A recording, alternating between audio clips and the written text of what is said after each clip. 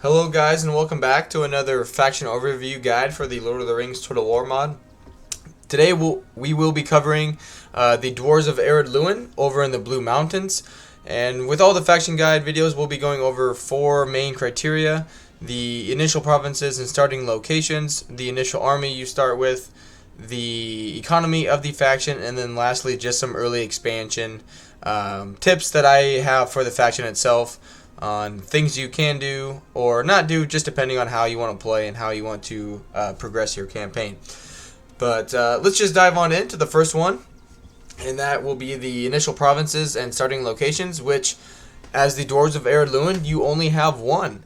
You have Thorin's Halls, which, if you guys are familiar with the Lord of the Rings and The Hobbit, they do a little bit of an explanation with it, where the Blue Mountains is where the dwarves settled after Smaug destroyed Erebor, and they moved all the way to the west here to the Blue Mountains. So this is where these are kind of like the dwarves that didn't go back east to Erebor with the dwarven group. I can't think of their names right now for the life of me. Therefore, the game kind of plays into that, where the population you start with is really small, because only a few people actually stayed behind in the Blue Mountains after Erebor was reclaimed. So I think that's really cool. It's definitely something that you have to be aware of, because you can't just go spamming military units, because you won't have the population to recruit them. Not even to mention, you don't even start with a military building in Thorin's Halls.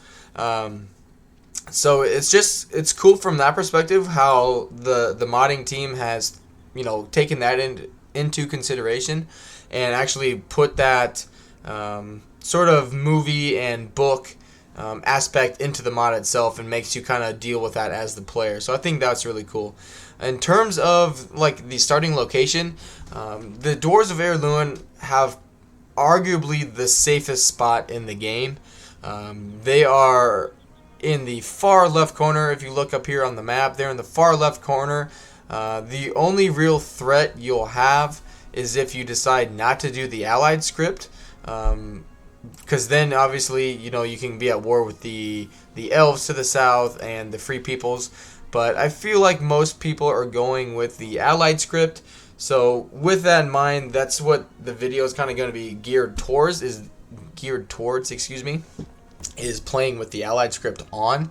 So I mean, you don't have any threats to the south, don't have anything to the southeast. Your only real threat, other than obviously the rebel settlements, is the orcs of Gundabad, which you won't encounter those until later on in your campaign. So really, I mean, you have a very safe start. So even though you have a very small population, you don't have to worry about spamming a bunch of troops to defend yourself really early on, like you may have to do playing as Erebor or the Dwarves of the Iron Hills, because you just don't have any major enemies. You just have rebels. So with that being said, let's kind of just move into the army, which you do have a considerable force to start out with only having one settlement. You got 4 units up here to the north, and then 7 units in your capital of Thorin's Halls, which it's not, obviously a huge army, but it's enough to get, kind of get the ball rolling. You can capture a few settlements in the mountains here, get your economy fixed. And the other thing to keep in mind is, since your population is so small, you can't just use like Thorin's Hall here to be like your major recruiting city or province. You're going to have to spread out your recruitment through a bunch of settlements, just until your growth is or your population, is high enough to actually be able to just use one settlement to be like your main military producing settlement or city. So really, it all stems from the fact that you just don't have the population to begin with. So I think that's just kind of something unique with the Dwarves of Ered Luin, because you have to take that into consideration, which most factions don't have to worry about.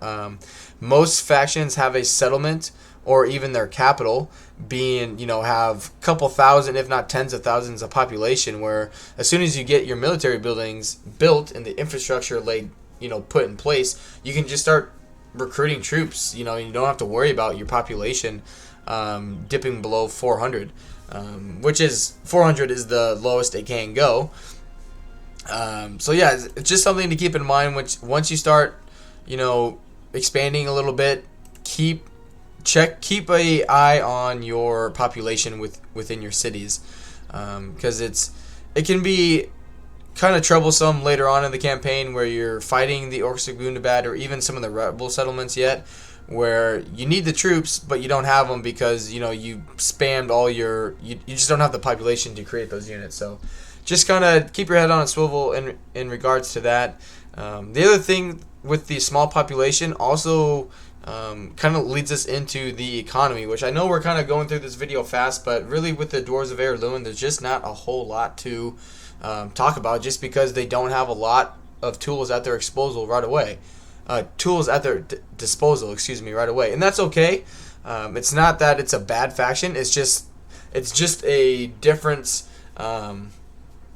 A different type of campaign and playthrough that you're going to have to experience, which is fun, in my opinion.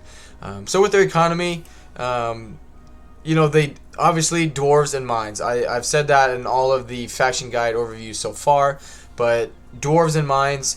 So you want to focus on getting the settlements here with the ore resources or the minerals resource, just so you can build those mines.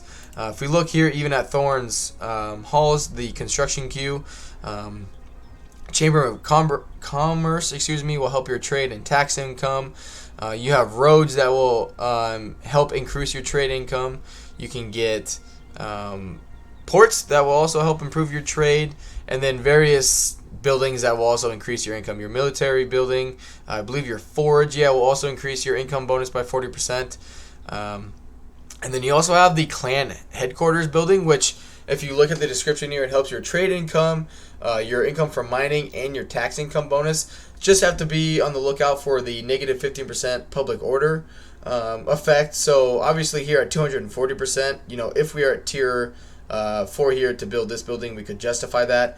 But just something to keep an eye out on. Once your cities do increase in population, usually your public order decreases at that point. So, just don't build buildings that will ruin a settlement or cause it to revolt just because it has all these bonuses. Keep an eye out on those things. It's going to be really crucial for you there. And then lastly, already on part 4 of the video is early expansion, which I will discuss it on both ends in terms of if you go with the allied script, versus the non-allied version. Starting with the non-allied version, just because the AI is going to be more prone to attack your weaker settlements, I would recommend getting rid of the elves right away. The elves are just super strong. Obviously, you won't be able to wipe out the LOTR elves because they will have Rivendell. However, you can get rid of their immediate threat here, because once you start taking some of these rebel settlements, if you leave one unit in there, the Rome Total War AI is just programmed. Even if you're in perfect reputation with them, you have an alliance and everything, they're just going to look at that and be like, oh, super weak settlement, we're going to take it. But anyway, after you deal with them, it's totally okay, to looks east and debris. But other than that, I haven't gone too far into those campaigns. It's just not as fun for me with that. And then lastly, just assuming you're going to do the allied, scripted campaign, obviously the rebel settlements, you don't have to worry about any enemies like we discussed earlier, because you'll have allies to the south and to the southeast, and Gundabad is not really going to be a problem early on. So just focus on getting the rebel settlements here with the mining resources, the ore, the minerals, and things like that, just to help offset your negative income to start with. And you should be good to go. Once you really conquer and solidify the Blue Mountains, then you can start worrying about the settlements out here in the plains. And these are really just a launching point and kind of outpost in case Gundabad, fires back and comes at you that way. And even conquering the settlements here to the west. Again, they're not anything major. It's merely just to kind of be a supplemental settlement to your income, but nothing that's going to be really major for you there.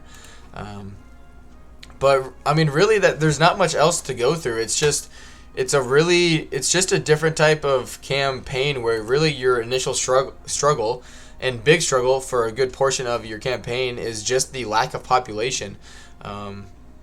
Once you get that issue fixed, obviously you'll be able to expand a little quicker, but just be on the lookout and be aware that you don't want to overexpand because you may not have the population to retrain those units. So if you do suffer a big defeat against Gundabad and they're able to just spam armies at you, you may not be able to beat their armies back. So just really be cautious with the Dwarves of Ered Luin when you are expanding into Gundabad and starting to take the fight to them, because as you can tell too, I mean, even if we take your general here, Buren, I mean, that is 4, 5, 6, 7, 8 turns, over 8 turns to get to Karn Doom. That's a long time to trek back and retrain and heal your units before you're able to fight again. So just something to be on the lookout there. But other than that, that is the video.